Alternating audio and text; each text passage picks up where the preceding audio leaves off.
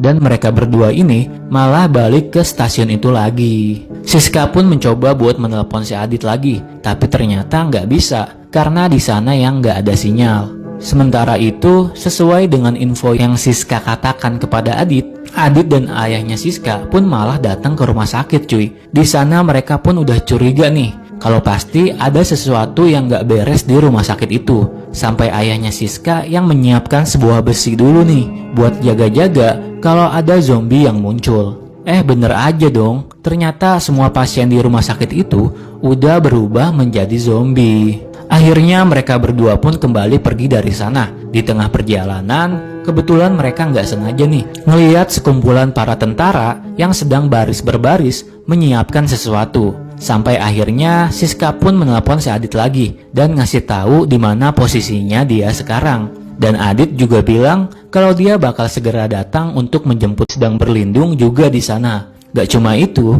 ternyata di sebelah sisi satunya itu adalah sekumpulan para tentara-tentara cuy, yang mana mereka semua itu dibatasi dengan adanya sebuah bis antara masyarakat dan tentara. Pembatas itu berfungsi supaya masyarakat nggak bisa masuk ke area tentara, karena tentara pikir kalau masyarakat itu udah terjangkit sama virus zombie, yang mana hal itu bisa jadi membahayakan para tentara itu sendiri. Singkat cerita aja, akhirnya pertahanan orang-orang normal itu pun hancur juga nih karena jumlah zombie yang makin banyak aja, dan semua orang pun berlarian untuk menyelamatkan diri. Sedangkan si pria ini pun nekat nih buat mencoba pergi ke area para tentara, yang akibatnya dia pun terkena tembak oleh senjata para tentara, yang akhirnya dia pun tewas. Dan sementara itu, Siska pun kabur dengan mencoba mengikuti seorang pria yang memanjat melewati sebuah kabel. Ketika dia rasa ada kesempatan untuk memukul si pria itu, sialnya si Siska ini malah ketahuan cuy. Malah dia sendiri yang akhirnya kena pukul sama si pria itu, yang mana itu bikin si Siska ini jadi nggak sadarkan diri alias pingsan. Next, karena kondisi Siska yang lagi pingsan, si pria ini malah berniat jahat nih untuk melakukan kegiatan enak-enak sama Siska cuy.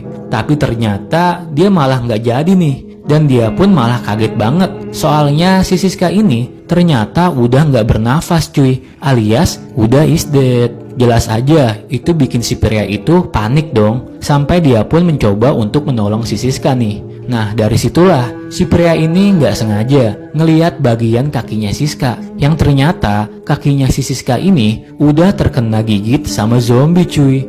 Yang tentu aja dong, sudah pasti si Siska ini bakal berubah jadi zombie juga. Dan gak pakai lama lagi, akhirnya bener aja nih dia berubah menjadi zombie. Dan tanpa banyak basa-basi lagi, si pria itu pun langsung disikat sama si Siska cuy, yang mana si Siska udah berubah menjadi zombie.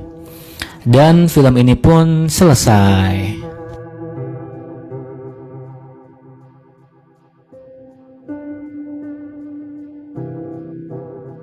Oke cuy, segitu aja pembahasan alur cerita film kali ini. Kalau kalian suka, jangan lupa di like dan subscribe. Komen aja cuy kalau next kalian mau gue bahas film apa lagi nih. Makasih juga yang udah nonton sampai habis, dan bye.